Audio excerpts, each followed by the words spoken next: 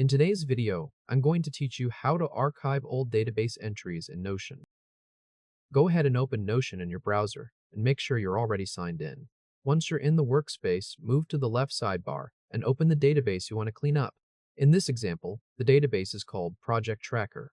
Click that and let the table load on screen. You should now be looking at a table with several project entries. The example setup includes columns like name, status, priority, client, and due date. The goal here is simple. We want to keep the main working view focused on current items, while moving older completed items into a separate archive view without deleting anything.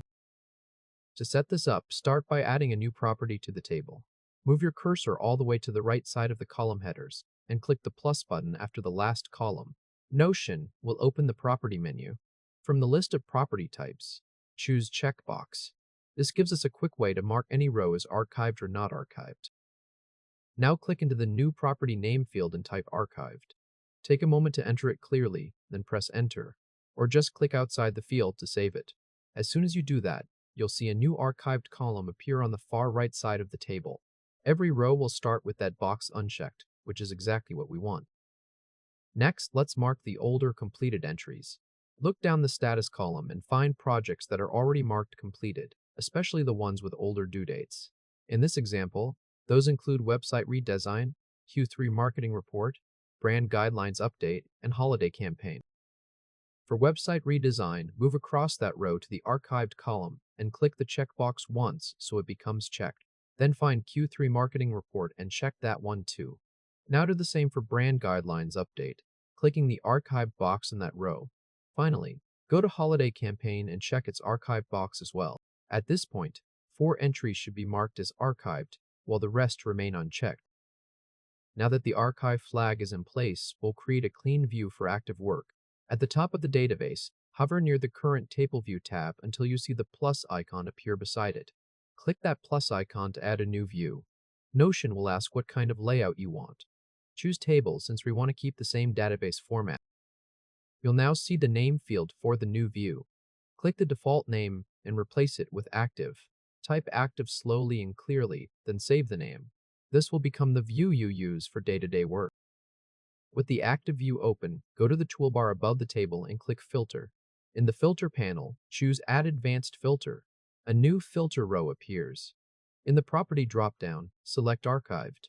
Then move to the Condition dropdown. For a checkbox field, Notion may already choose the right option, but check it carefully.